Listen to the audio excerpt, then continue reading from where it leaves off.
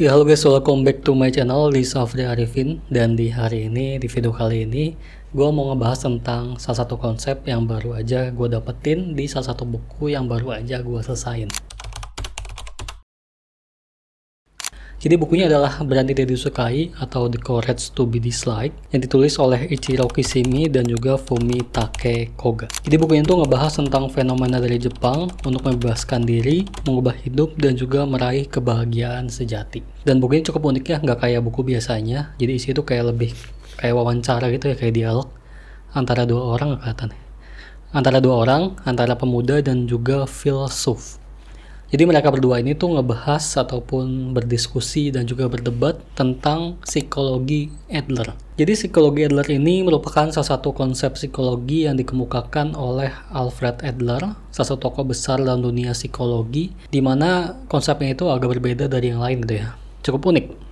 Karena menurut Adler, katanya hidup kita saat ini itu ditentukan oleh keputusan kita saat ini dan gak dipengaruhi oleh masa lalu, gak dipengaruhi juga oleh trauma-trauma yang terjadi di masa lalu. Hidup kita saat ini itu pure ditentukan oleh setiap keputusan kita saat ini juga. Dan di buku ini Ichiro Kishimi dan Fumitake Koga itu membantu kita untuk memahami bagaimana masing-masing dari kita mampu menentukan arah hidup kita, bebas dari belenggu trauma masa lalu, dan juga bebas dari beban ekspektasi orang lain. Buku ini tuh bagus banget ya, dan mungkin wajib banget dibaca apalagi oleh anak-anak muda, karena biasanya anak muda itu kan kayak sering haus validasi dan juga sering kepikiran sama penilaian orang lain. Nah, buku ini tuh ngebantu banget biar kita itu jadi lebih legowo, lebih ikhlas, terutama terhadap penilaian orang lain terhadap diri kita. Apalagi kalau misalnya kalian itu menerapkan satu konsep yang ada di dalam buku ini, yang sangat membantu untuk lebih ikhlas terhadap penilaian orang lain terhadap diri kita. Karena kan bagaimanapun gitu ya, penilaian orang lain itu kan nggak bisa selalu positif gitu ya, pasti ada aja yang negatif. Karena penilaian orang lain itu datang dari perspektif orang melihat diri kita. Jadi ya nggak mungkin 100% penilaiannya itu positif semua.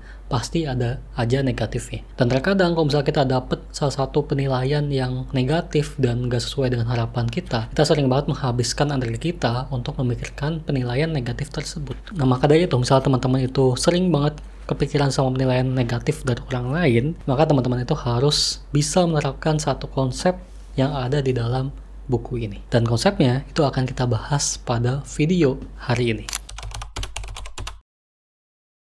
Jadi nama konsepnya itu adalah separations of tasks atau pembagian tugas.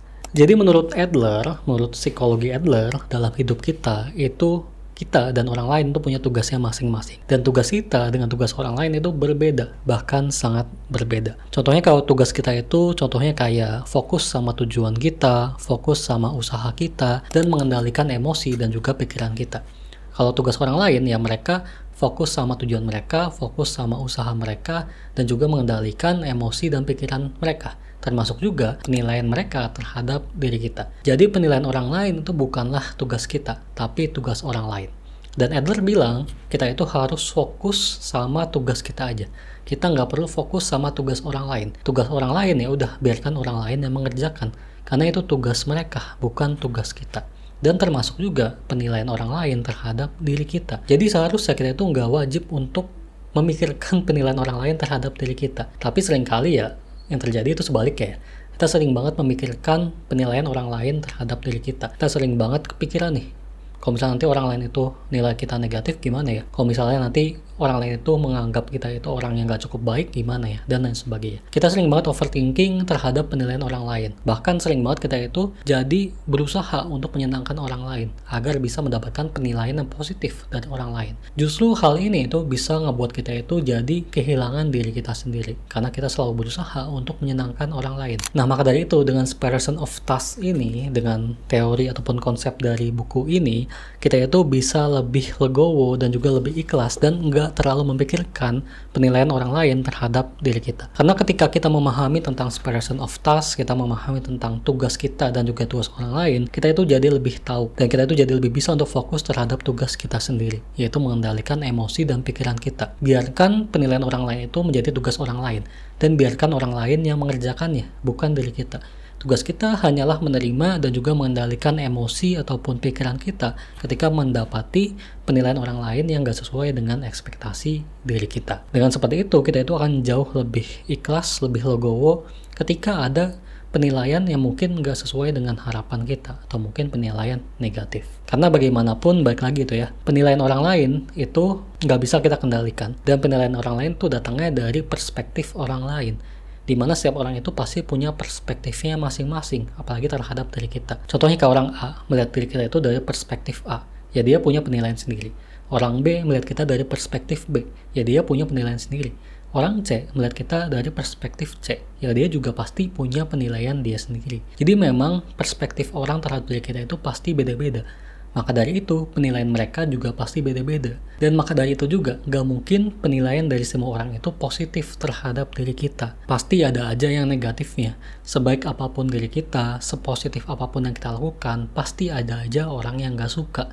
Begitu pula sebaliknya, senegatif apapun diri kita, sejelek apapun yang kita lakukan, pasti ada aja orang yang suka dan nggak suka, tergantung dari perspektif mereka. Jadi memang dengan separation of task ini, kita itu jadi lebih bisa mengendalikan diri kita dan juga pikiran kita untuk menerima dan juga untuk ikhlas terhadap apapun penilaian dari orang lain, baik itu yang positif maupun yang negatif. Dan gue juga sangat merasakan gitu ya, benefit dari mempraktikkan teori ataupun konsep separation of task ini. Dulu itu gue juga orangnya itu gampang banget kepikiran sama penilaian orang lain. Gue itu selalu berusaha untuk menyenangkan semua orang biar orang lain itu menilai diri gue yang positif-positif aja. Tapi padahal pada kenyataannya, walaupun gue berusaha sebaik mungkin, semaksimal mungkin untuk menyenangkan semua orang, itu pasti ada aja penilaian orang lain yang negatif ataupun gak sesuai dengan harapan gue. Tapi ketika gue baca ini, ketika gue tahu tentang separation of task ini, gue itu jadi lebih ikhlas, lebih legowo juga terhadap apapun penilaian orang lain terhadap diri kita. Karena gue jadi lebih sadar kalau penilaian orang lain itu merupakan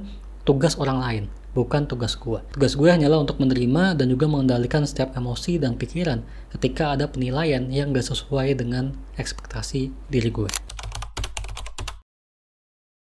Dan ada banyak banget ya manfaatnya kalau misalnya teman-teman bisa menerapkan separation of task ini, dimana teman-teman itu jadi bisa lebih legowo, lebih ikhlas terhadap penilaian orang lain dan juga nggak terbebani gitu loh terhadap penilaian orang lain, karena teman-teman tahu ketika menerapkan separation of task ada dua tugas antara kita dan orang lain, dan tugas kita dengan orang lain itu berbeda, dimana penilaian orang lain itu termasuk tugas orang lain. Jadi kita nggak perlu fokus atau nggak perlu memikirkan tugas tersebut, cukup fokus aja terhadap tugas diri kita sendiri. Dan yang kedua, kita itu bisa belajar untuk lebih fokus terhadap hal-hal yang ada di dalam kendali kita. Ya mungkin separation of task ini itu mirip-mirip kayak dikotomi kendali. Dikotomi kendali itu salah satu konsep yang ada di filosofi Stoik, di mana kita itu fokus terhadap hal-hal yang ada di dalam kendali kita aja, dan membiarkan hal-hal di luar kendali kita untuk nggak kita pikirkan dan nggak kita fokus ke hal tersebut gitu loh. Dan konsep separation of task ini itu mirip-mirip sama dikotomi kendali, di mana kita itu harus fokus terhadap tugas kita aja. Kita harus fokus terhadap tugas kita, bukan terhadap tugas orang lain. Di mana tugas kita itu merupakan hal-hal yang ada di dalam kendali kita. Kalau tugas orang lain itu merupakan hal-hal yang di luar kendali kita. Contohnya kita di penilaian orang lain, itu kan nggak bisa kita kendalikan ya. Kita nggak bisa memaksa orang lain untuk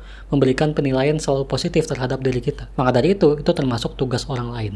Dan kita itu nggak harus fokus dan nggak harus memikirkan tugas tersebut. Cukup fokus aja sama hal yang bisa kita kendalikan dan cukup fokus terhadap tugas diri kita sendiri. Kemudian yang ketiga yang nggak kalah pentingnya adalah energi kita itu jadi nggak habis untuk hal-hal yang nggak penting dalam hidup kita. Ya kalau misalnya kita mendapatkan penilaian yang negatif atau nggak sesuai dengan harapan kita itu sering banget untuk kepikiran terhadap penilaian tersebut. Padahal dengan kepikiran kita itu akan menghabiskan energi kita untuk hal-hal yang mungkin nggak bisa kita kendalikan dan mungkin untuk hal-hal yang nggak terlalu penting dalam hidup kita. Kita jadi seharian itu mikirin penilaian orang lain, overthinking, kemudian cemas, dan lain sebagainya. Ujung-ujungnya seharian kita itu nggak produktif.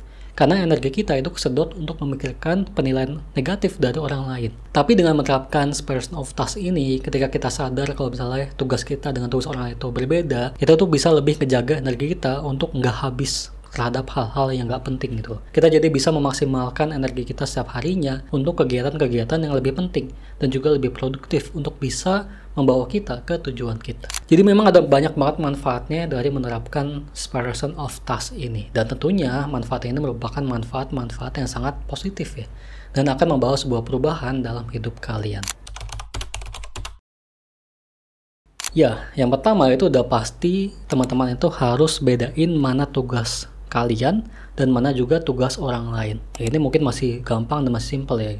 Karena kita cukup membedakan aja mana tugas yang seharusnya kita kerjakan dan harus kita fokus terhadap tugas tersebut, dan mana tugas orang lain yang dimana harus kita abaikan dan kita nggak menaruh fokus kita terhadap tugas tersebut. Tadi contohnya mungkin kayak tugas kita itu kayak fokus sama usaha kita, fokus sama tujuan kita, fokus untuk berusaha sebaik mungkin, mengendalikan emosi dan pikiran kita, dan lain sebagainya. Kalau tugas orang lain itu contohnya kayak mereka fokus sama tujuan mereka, mereka fokus sama impian mereka, mereka mengendalikan pikiran dan emosi mereka, dan juga termasuk penilaian mereka terhadap orang lain ataupun penilaian mereka terhadap diri kita. Nah, ini cukup dibedakan aja, di mana kalian di langkah pertama ini kalian harus tahu dulu mana tugas kalian dan mana tugas orang lain. Kemudian yang kedua, langkah selanjutnya adalah berhenti mengendalikan tugas orang lain. Ya, separation of task itu mengharuskan kita untuk fokus terhadap tugas kita, bukan fokus terhadap tugas orang lain, bukan mengendalikan ataupun ikut campur terhadap tugas orang lain. Jadi ketika teman-teman udah tahu nih, kalau misalnya penilaian orang lain itu termasuk tugas orang lain,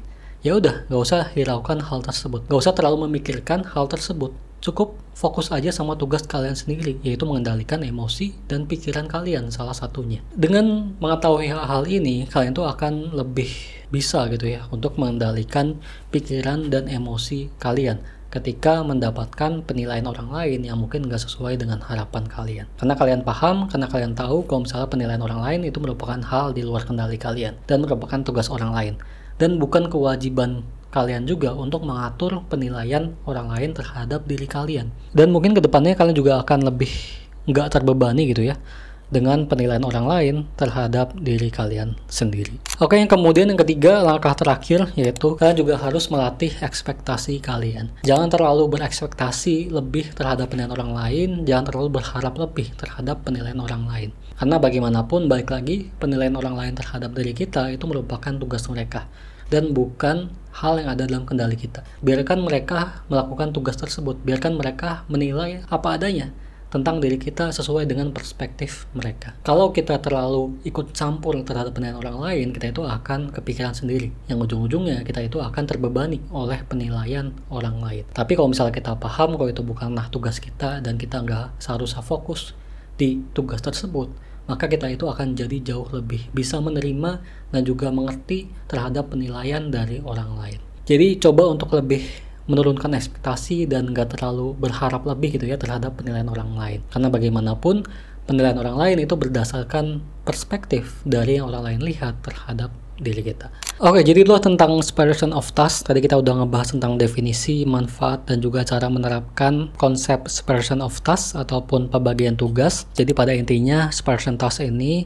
membagi tugas kita dengan tugas orang lain. Dan kita cukup fokus terhadap tugas kita aja dan biarkan orang lain mengerjakan tugasnya sendiri. Dengan menerapkan separation of task ini, teman-teman itu jadi lebih menerima dan juga lebih tidak terbebani terhadap penilaian orang lain kepada diri kalian atau diri teman-teman. Oke, segitu aja video kali ini. Semoga bisa bermanfaat untuk teman-teman semua. Dan jangan lupa komen, like, dan juga share ke teman-teman kalian biar makin banyak yang tahu tentang separation of task.